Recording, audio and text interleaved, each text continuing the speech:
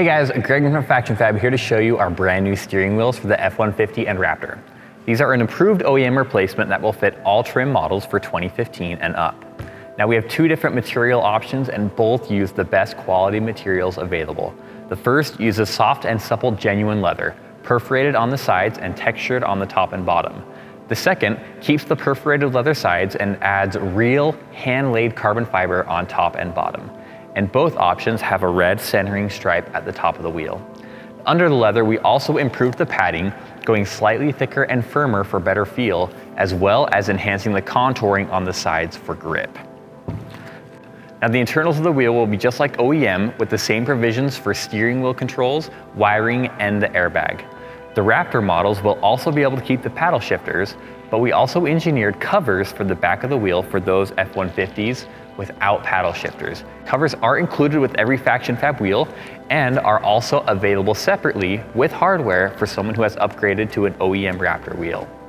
Now these look staggering next to our low mileage stock Raptor wheel, and they add a very premium feel to the interior of the truck. It's a pretty simple install with just a few tips, so we have our Raptor here in the shop today, and we're gonna walk through step by step to show you how it's done. Let's get started. Here's the tools you will need: ratchet, breaker bar, and torque wrench, 10mm and 24mm sockets with extensions, a T20 Torx bit, a long and skinny tool such as a punch, screwdriver, or pick, and both a flathead and Phillips screwdriver. Use the 10mm socket to disconnect the negative terminal on the battery. Disconnecting the battery is crucial before starting this project, as you will be working with the airbag system. Removing the airbag is much easier to see outside the car, so I have it on the table here. I'm going to use this 1/8 inch punch and insert it straight into the hole on the back side of the steering wheel.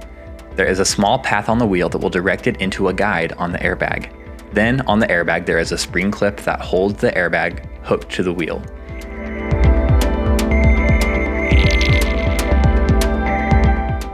You can see this from the back of the wheel as I press the spring clip, unhooking this side from the airbag.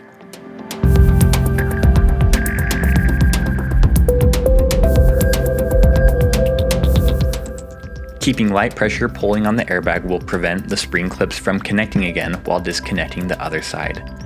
Then, gently pull the top and bottom of the airbag to remove it, keeping in mind that there are wires behind it that will need to be disconnected before you can remove it completely.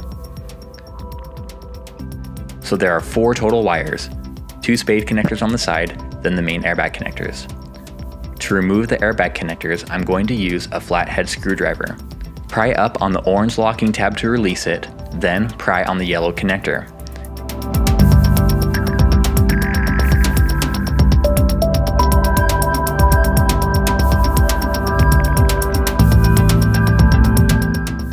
It should come up very easily. If it is not, the locking tab may not be completely released. Then remove the spade connectors on the side by prying them straight up.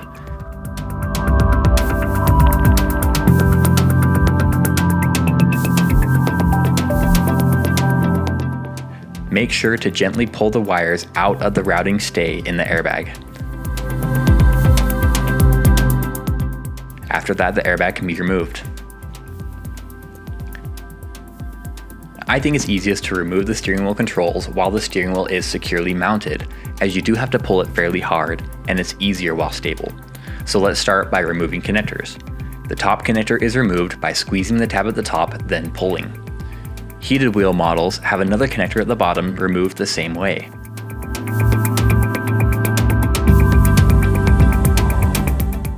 And then there are 2 connectors, one on each side for the paddle shifters. The release tab is on the bottom on these connectors. And finally, the green connector has a tab that must be pried up with a flathead screwdriver to be disconnected. And now we are ready to pull the steering wheel controls. Start gently, slowly working each side of the wheel, being sure not to distort it. You'll want to pull the steering wheel controls straight out.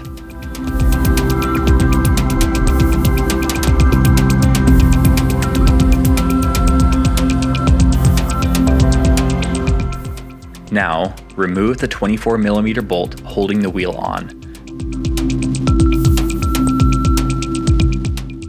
After this point, it is very important to not turn the wheel, steering column, or the clock spring. If the wheel is stuck, rock the wheel back and forth carefully so you don't hit yourself in the face when it releases. Then be sure to pull the airbag connectors through.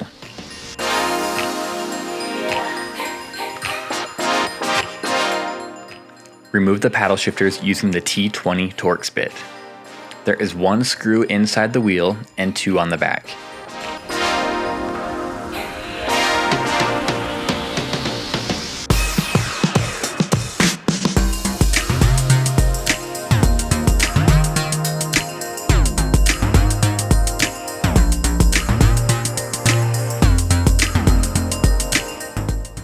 Then remove the covers on the FactionFab wheel with the Phillips screwdriver. Note that models without paddle shifters can skip this step entirely.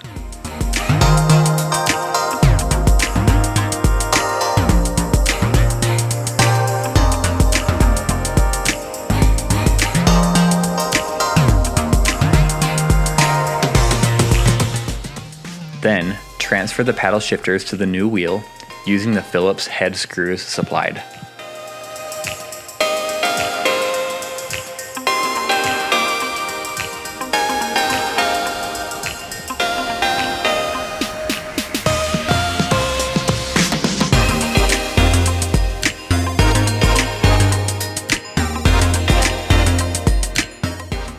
The steering wheel controls simply press into the FactionFab wheel.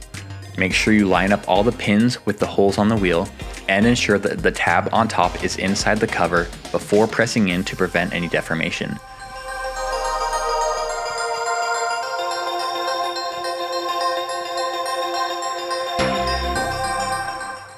Connect the paddle shifters to the harness, then head back to the truck.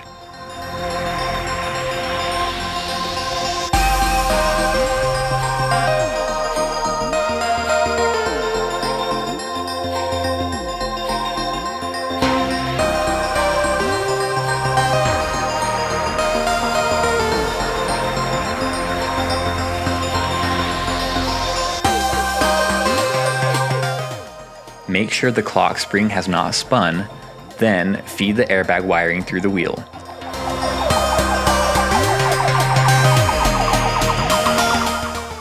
The wheel is centered on a hexagonal shaft, so it should be easy to line up if you haven't turned the steering column.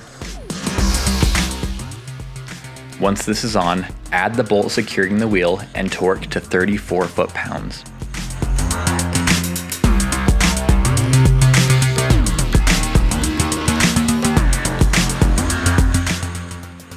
Connect the top white connector.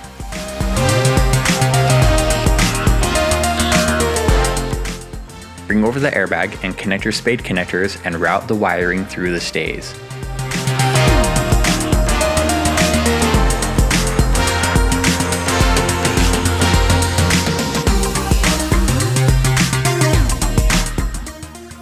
The main airbag connectors will connect by pressing the yellow part of the connector into the airbag, then follow it by pressing down on the orange lock pin.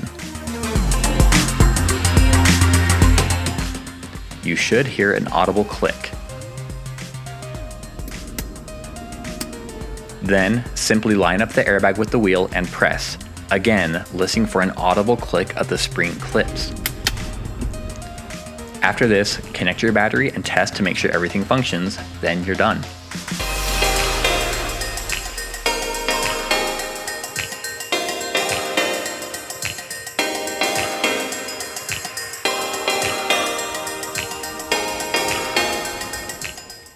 We hope we made this job easier for you. Make sure to like and subscribe for more content from FactionFab, and thanks for watching.